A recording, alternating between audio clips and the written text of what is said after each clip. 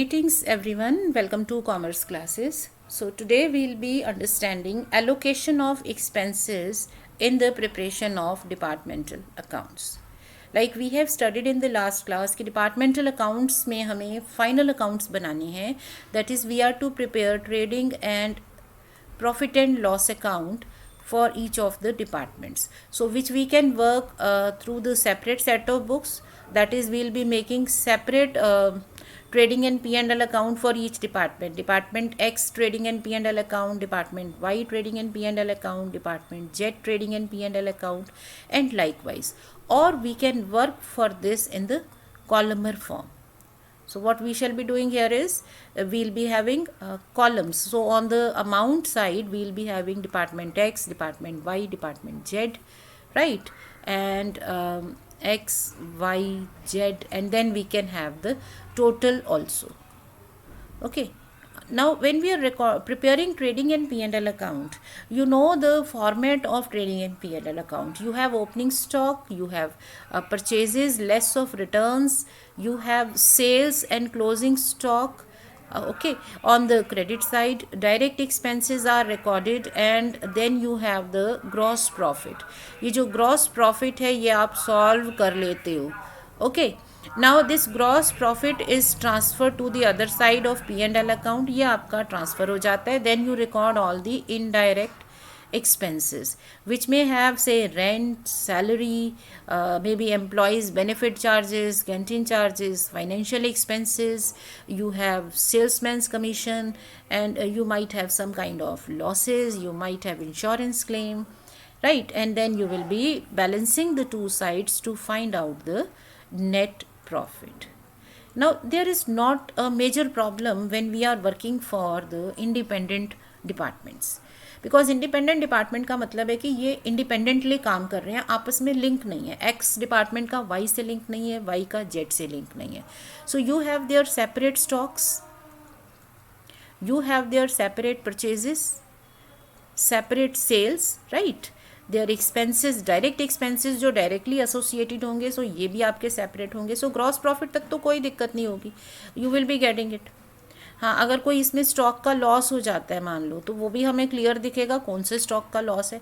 सो वो उसी कैटेगरी में ही एडजस्ट होंगे. इंश्योरेंस क्लेम भी उसी डिपार्टमेंट में एडजस्ट होगा जिसका क्लेम रिकवर हुआ है. प्रॉब्लम आती है इनडायरेक्ट एक्सपेंसेस में. We have rent of say factory हो सकता है, we have rent of the showroom हो सकता है, शॉप का रेंट होगा, you might be having say depreciation, you have salary, ठीक है ना, सैलरी है एम्प्लॉयज़ की, एम्प्लॉयज़ वेलफेयर चार्जेस हैं, you have power expenses, electricity के चार्जेस हैं, ऑफिस एक्सपेंसेस हैं, है ना. सो मेजर जो कैटेगरीज होती हैं ये क्या होती हैं, ऑफिस एंड एडमिनिस्ट्रेटिव होती हैं, सेल्स एंड डिस्ट्रीब्यूशन की कैटेगरीज होती हैं, फाइनेंशियल एक्सपेंसेस होते हैं, और फिक्स्ड एसेट से रिलेटेड जैसे डेप्रीसिएशन वगैरह हो जाता है. सो अब ये एक्सपेंसेस तो नॉर्मली कॉमन होते हैं, है ना. So we need to allocate these expenses over these departments. So allocation किस तरह से की जाए, क्या क्राइटेरिया होना चाहिए. Now as per our rules allocation should be more equitable. मतलब आप डिपार्टमेंट्स को इक्विटेबली जस्टिफाइबल होना चाहिए बेसिस, जिसके बेसिस पे आप इसको डिस्ट्रीब्यूट करो. There might be some expenses जिसमें तो ये डायरेक्ट लिंक दिखता है, जैसे if you have say depreciation suppose. अब डेप्रीसिएशन में आपको पता है कि कौन सी फिक्स्ड एसेट्स किस कैटेगरी की और किस डिपार्टमेंट से रिलेटेड है. सो अगर आप डायरेक्टली आइडेंटिफाई कर लेते हो कि हाँ हमारी जो फिक्स्ड एसेट्स हैं वो डिपार्टमेंट एक्स की फिक्स्ड एसेट्स हैं से 1 लाख की, डिपार्टमेंट वाई की हैं 1,50,000 की, डिपार्टमेंट जेड की हैं 60,000 की, तो ये तो क्लियरली दिख रहा है. सो इट कैन डायरेक्टली भी एलोकेटेड, इनके एक्सपेंसेस में दिक्कत नहीं आएगी. ठीक है. सिमिलरली अगर आपके एम्प्लॉयज़ हैं, मान लो आपने एम्प्लॉयज़ डिसाइड किए हुए हैं कि कौन सा एक्स की सेल्स को देख रहा है, कौन सा वाई की सेल्स को देख रहा है, कौन सा जेड की सेल्स को देख रहा है. सो उनके एक्सपेंसेस हम डायरेक्टली स्प्लिट कर देते हैं. सो जो भी हमारा जो एलोकेशन है उसके लिए जो क्राइटेरिया यूज़ करेंगे it should be justifiable, it should be equitable, कि प्रॉपरली हम एलोकेट कर सकें. हाँ, अगर कुछ एक्सपेंसेस ऐसे रह जाते हैं which are not associated with a particular department, जो आपके ओवरऑल आप डिसाइड नहीं कर पा रहे हो या उसमें कोई भी इक्विटेबल बेसिस नहीं मिलता है, सो उनको क्या करते हैं, we can either take these in the total. वो टोटल में लिख देते हैं और फिर टोटल में से एडजस्ट हो जाएंगे। Like you have taken loan से, अब अगर आपने लोन एक पर्टिकुलर डिपार्टमेंट के एक्सपेंशन के लिए लिया है तो लोन एक्सपेंसेस और लोन चार्जेस जो उसके इंटरेस्ट चार्जेस हैं वो उसी डिपार्टमेंट के कॉस्ट में आएंगे। बट अगर आपने ओवरऑल लोन लिया और उसमें क्लियर नहीं है कि कितना लोन किस डिपार्टमेंट का है तो वो हम टोटल में भी लिख सकते हैं। ठीक है। Now there are certain basis of allocation जो यूनिवर्सली अब एक्सेप्ट हो चुके हैं। Like these are some of the expenses. अब let us think of the basis like carriage on purchases और डिस्काउंट रिसीव्ड। अब ये एक्सपेंस किस पर हो रहा है? परचेज पर। ठीक है। डिस्काउंट जो आपको मिल रहा है, डिस्काउंट आपको कब मिलता है? क्रेडिटर्स, जिससे आपने क्रेडिट परचेजेस किए हैं। सो ये तो हमें क्लियरली पता है कि परचेजेस पे है। So if our purchases are separate तो these should be allocated on the basis of purchase amount. आप नेट परचेजेस ले लो, उस पर कर दो। अब इंश्योरेंस प्रीमियम है, स्टॉक का प्रीमियम है, स्टोरेज कॉस्ट है। सो ये किसके बेसिस पे होती है? जो स्टोर में आप गुड्स रखते हो, स्टोरेज किसकी करते हो? आप अपने स्टॉक की स्टोरेज करते हो ना। So we can either take average stock as a basis. Average में जितना स्टॉक हमारे स्टोर्स में पड़ा होता है, सो एवरेज हम ले सकते हैं at a given point of time opening stock plus closing stock by 2। तो ये एवरेज है जो हम यूजुअली कैरी कर रहे हैं। So we can take this as a base. If this is not available in a given question, ऐसी information नहीं है तो परचेज भी ले सकते हो, क्योंकि जो स्टॉक खरीदेंगे वही तो स्टोर होगा। ठीक है। नेक्स्ट है लाइटिंग। अब लाइट आप अपने फैक्ट्री में, ऑफिस में, शोरूम में सब जगह लाइटिंग कर रहे हो। सो लाइटिंग के चार्जेस का क्या होगा? आप या तो लाइटिंग कैसे की होगी? लाइट पॉइंट्स रखे होंगे, क्योंकि कई बार ऐसा होता है कि फैक्ट्री में कहीं कहीं काम करने के लिए लाइटिंग की ज़्यादा ज़रूरत होती है। सो या तो आपके पास लाइट पॉइंट्स का आइडिया होना चाहिए कि लाइट पॉइंट्स कहाँ कहाँ कितने हैं, किस सेक्शन में कितने दिए हुए हैं, या आप इसको फ्लोर एरिया के अकॉर्डिंगली भी डिस्ट्रीब्यूट कर सकते हो। Rent, rates and taxes, repairs, insurance of building. तो बिल्डिंग तो आपकी फ्लोर एरिया से डायरेक्टली एसोसिएटेड होगी। ठीक है ना। या अगर फ्लोर एरिया नहीं पता है तो आप टाइम देख लो कि डिफरेंट सेक्शंस जो हैं, डिफरेंट डिपार्टमेंट्स, कितना टाइम उन पर ये लगता है। जैसे रिपेयर्स हैं तो रिपेयर्स का टाइम नोट कर लो कि जो बिल्डिंग आपने असाइन की हुई है, मान लो एक पर्टिकुलर सेक्शन को, डिपार्टमेंट को, तो वहाँ पर कितना कितना टाइम रिपेयर्स में लगा। सो टाइम के बेसिस पे हो सकता है, या आप इसको फ्लोर एरिया ज़्यादा सूटेबल है। But that is if this information is not available तो आप टाइम बेसिस पे भी कर सकते हो। Then depreciation, repairs of other assets, तो it will depend upon the value of these assets, otherwise time. जैसे अदर एसेट्स में क्या आ जाती है? मशीनरी आ जाएगी, फर्नीचर आ जाएगा, है ना। अब फर्नीचर जो है, जैसे मान लो आपके पास फैक्ट्री है, फैक्ट्री में जो फर्नीचर है, जो ऑफिस का फर्नीचर है, वो बिल्कुल अलग है ना। तो वो एग्जैक्ट बेसिस पे, एक्चुअल बेसिस पे भी आप डिस्ट्रीब्यूट कर सकते हो उनके रिपेयर चार्जेस। और अगर आपके कॉमन ही एसेट्स हैं, जैसे मशीन्स हैं, उन्हीं मशीन्स में सब तरह की चीज़ें बन रही हैं, तो फिर आप इनको वैल्यू के बेसिस पे या टाइम कितना स्पेंड किया उसके बेसिस पे आप डिस्ट्रीब्यूट कर देते हो। अब पावर हमारा फैक्ट्री में यूज़ होता है, सो जितनी हॉर्स पावर यूटिलाइजेशन हुआ उसके बेसिस पे। हीटिंग एंड एयर कंडीशनिंग, ये यूजुअली एरिया बेस्ड होता है। सो या तो एरिया हो जाएगा या फिर energy consumption of each department. अब अगर हर डिपार्टमेंट का आपने एक अलग मीटर लगा रखा है, ठीक है ना, सो ये आप फिर एनर्जी कंजम्पशन के अकॉर्डिंगली डिस्ट्रीब्यूट कर दोगे। अगर आपका मीटर नहीं लगा होगा, इलेक्ट्रिसिटी मीटर हर सेक्शन का, हर डिपार्टमेंट का अलग नहीं है, तो फिर in that case we can have floor area also, isn't it? Then canteen, labour welfare expenses, medical expenses, ये तो एम्प्लॉयज़ को देते हैं। So this should be based on number of employees. Now sometimes people feel that in place of number of employees हम इसमें salary क्यों ना ले लें। वी कैन टेक दैट अगर हमें नंबर नहीं पता, इन्फॉर्मेशन नहीं है, but that is not an appropriate basis of allocation. क्यों? क्योंकि जो सैलरी है, सैलरी हमारे वर्क एक्सपीरियंस और हमारी नॉलेज पे भी बेस्ड होती है। Now you might be having a worker who is working in a factory drawing से wage of 5,000 rupees per month. अब उनके ऊपर जो सुपरवाइज़र है उसको आप दे रहे हो 25,000 पर मंथ। उसके ऊपर जो आपका ओवरऑल मैनेजर है, he is getting 50,000 per month. सो अगर हम सैलरी के बेसिस पे लेंगे तो this person is not going to eat 10 times, है ना। So the number of employees is a better option. But हमारा जो प्रोविडेंट फंड होता है, ग्रुप इंश्योरेंस होती है, ये आप ले सकते हो सैलरी के बेसिस पे, क्योंकि जितनी सैलरी है उतना ही कंट्रीब्यूशन उसके बेसिस पे ही आता है। अब सैलरी ऑफ वर्क मैनेजर और मैनेजर, ओवरऑल जो मैनेजर है उसकी सैलरी कैसे स्प्लिट होगी, क्योंकि जो वर्क्स मैनेजर है या जो मैनेजर है या जो सुपरवाइजर्स हैं वो खुद तो डायरेक्टली तो एसोसिएटेड नहीं होंगे किसी एक डिपार्टमेंट से, क्योंकि डायरेक्ट है तो हम डायरेक्ट एलोकेशन करेंगे। अब स्प्लिटिंग की एलोकेशन की प्रॉब्लम ही तब आ रही है जबकि आपका ये अमाउंट कॉमन है। सो अगर आपका सुपरवाइज़र है जो सबका काम देख रहा है, ठीक है, सब तरह का काम देख रहा है, तो उस सुपरवाइज़र को आप किस तरह से उसकी सैलरी को बांटोगे? According to the time spend. या तो टाइम स्पेंड देख लो कि उसने कितना कितना टाइम हर डिपार्टमेंट में दिया है, या फिर कोई और आर्बिट्ररी जो भी ये बेसिस डिसाइड किए जाएंगे। Then you have sales related expenses. जो सेल के सारे एक्सपेंसेस हैं वो यूजुअली सेल और टर्नओवर के बेसिस पे होते हैं। Turnover is another term that we use for sales. Then you have financial expenses. If these are directly associated with something तो वो डायरेक्ट आप एलोकेट कर दोगे, बट अगर we are not able to suitably allocate them then it is better you take them as total. आप उनको total business के profit में एडजस्ट कर दो। Like if you have say interest on loan, now if you have taken this loan for a particular department only, तो वो उस department में चला जाएगा। यहाँ जो अमाउंट है उसको आपने दो डिपार्टमेंट्स में यूज़ किया, then according to the utilisation you can split this charge.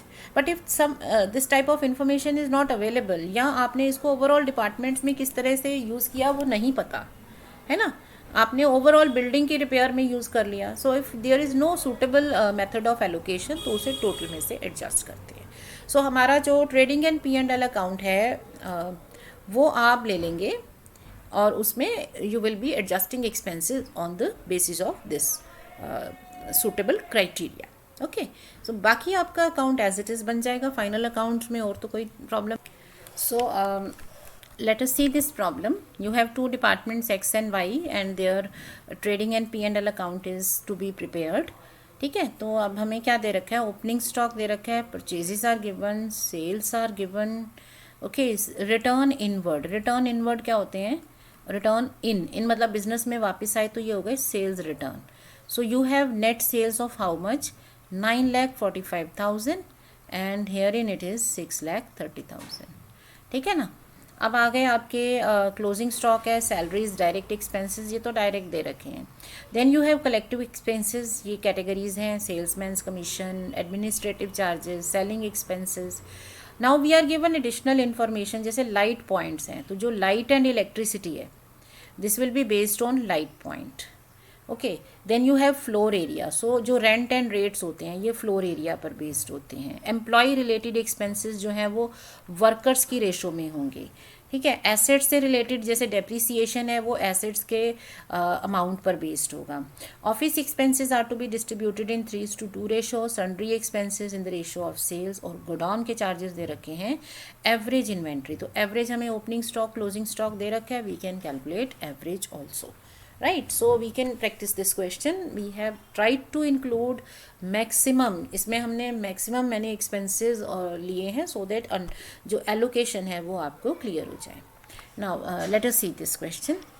Okay, so यहाँ पर हमारे पास ये expenses हैं which we are to allocate between these two departments.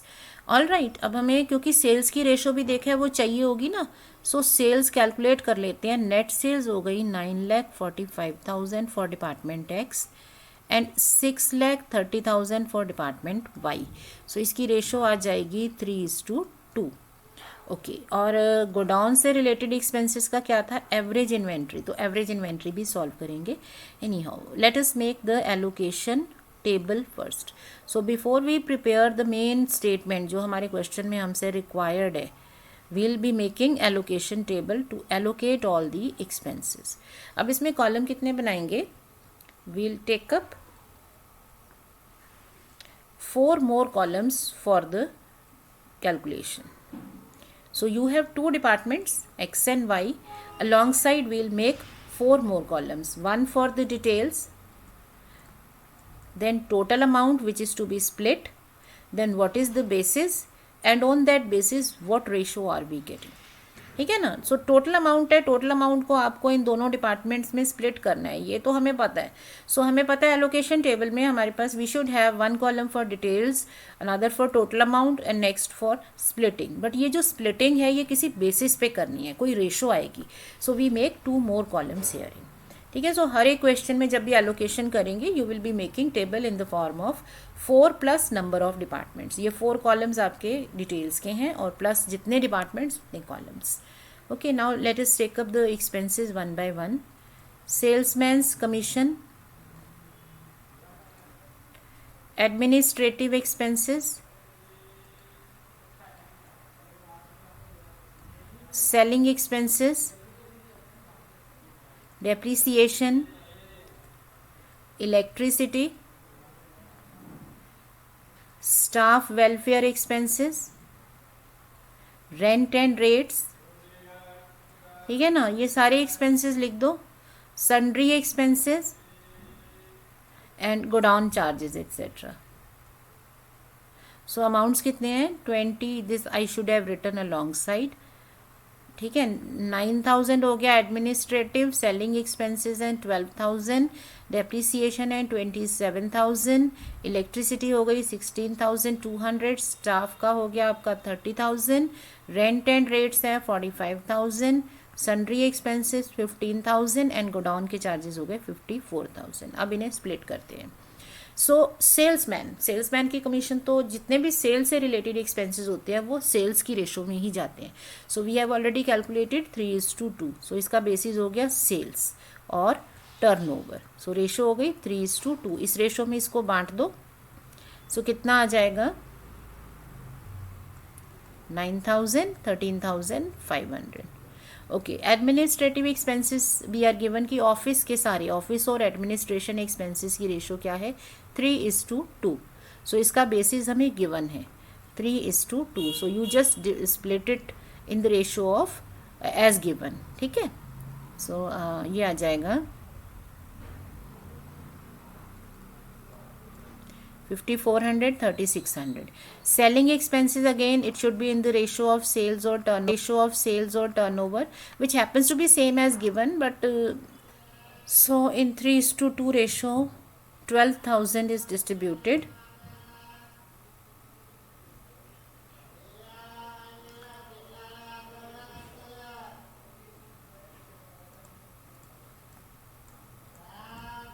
Next is depreciation. So depreciation तो फिक्स्ड एसेट्स पे होते हैं.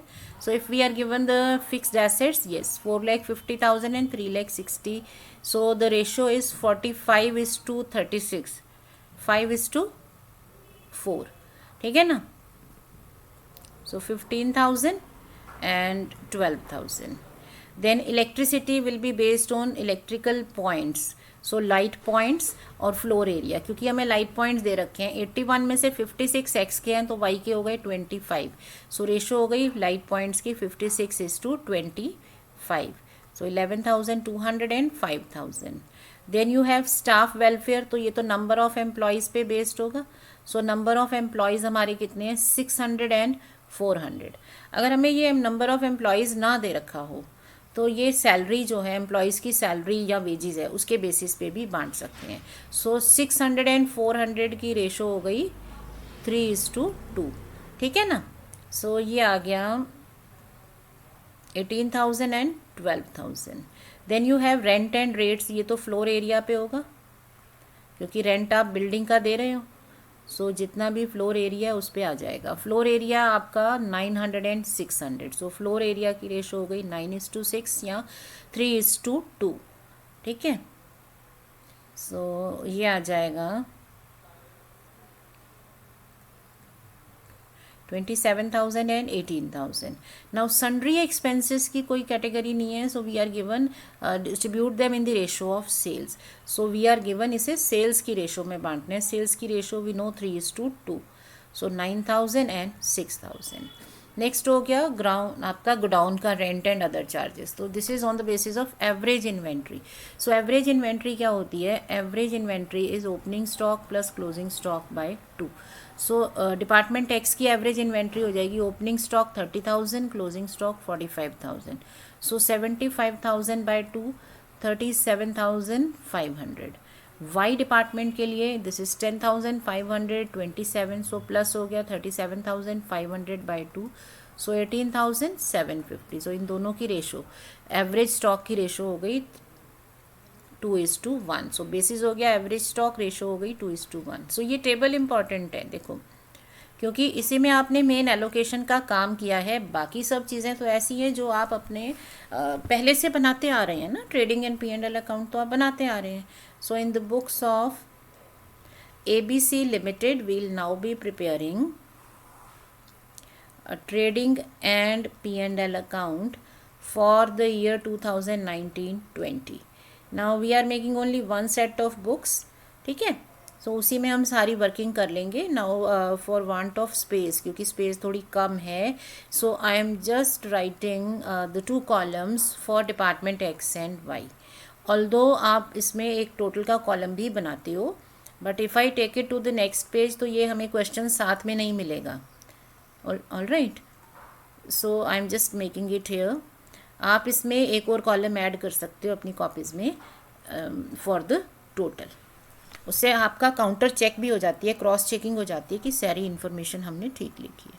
Opening stock, purchases, direct expenses, ठीक है ना, ये तो सारे आते हैं हमारे. Closing stock, sales. So as it is लिखते जाओ. ओपनिंग स्टॉक है 30,000, 10,500. परचेजेस हैं 3,45,000, 2,85,000. अच्छा, सेल्स भी है और सेल्स रिटर्न भी है. So sales less of returns हम कर लेंगे, और we can record sales return on the other side. So sales less of return थे 9,45,000 and 6,30,000. So let us put everything. और क्लोजिंग स्टॉक इज़ 45,000, 27,000. ठीक है ना. Then you have salary, but salary तो हमारी होती है इनडायरेक्ट एक्सपेंस. सो सैलरी इसके सेकंड पार्ट में जाएगी 60,000, 37,500. Direct expenses are 1,20,000 and 90,000. सो आप इसे क्लोज कर सकते हो, है ना. यहाँ से ग्रॉस प्रॉफिट सॉल्व होगा, which will be transfer to the next part of this statement. So this is 9,90,000, this is 6,57,000. So balance it out. कितना आ जाएगा आपके पास? 500.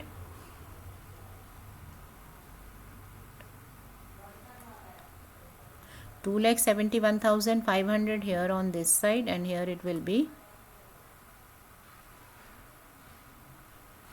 4,95,000. So gross profit आ गया 4,95,000 and 2,71,500.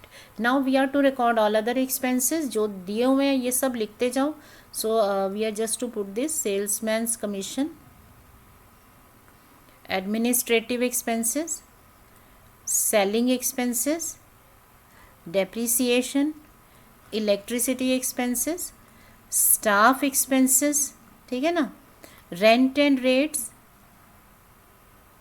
sundry expenses, and you have godown rent etc. ठीक है. तो ये सारे expenses हम लिख लेंगे. 13,500, 9,000, 5,400, 3,600. Then you have 7,200, 4,800. Then you have 15,000, 12,000. See, allocation is done. सो यहाँ अब हमें सोचना नहीं है, क्योंकि हमारे वर्किंग नोट्स फाइनली बने हुए हैं. See, this is the benefit of preparing proper working notes. अगर आप इसमें ये अकाउंट वर्किंग नहीं करते और यहाँ पे आके आप सोचो कि मैं यहाँ डिस्ट्रीब्यूट करता जाऊँ और साथ साथ सब कुछ I will be writing, then it will be a mess. ठीक है.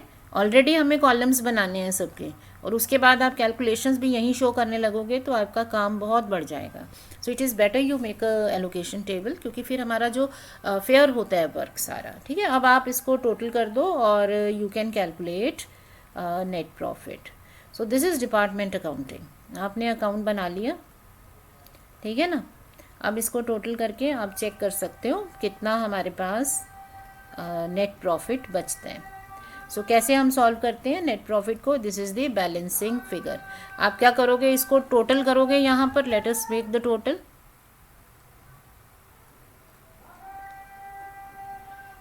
Okay.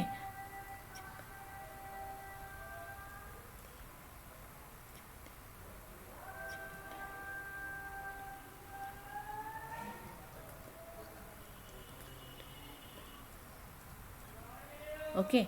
So this is 1,25,900. So difference कितना आ जाएगा डेबिट और क्रेडिट के टोटल का?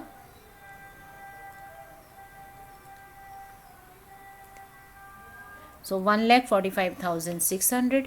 सिमिलरली यहाँ पर भी आप टोटल करोगे और यू कैन चेक कि कितना हमारा डिफरेंस आ रहा है. सो let us make the total here. यहीं कर लेते हैं टोटल हम. ठीक है. 5 + 4 9 + 2 11 + 2 13 16 32 42 52 5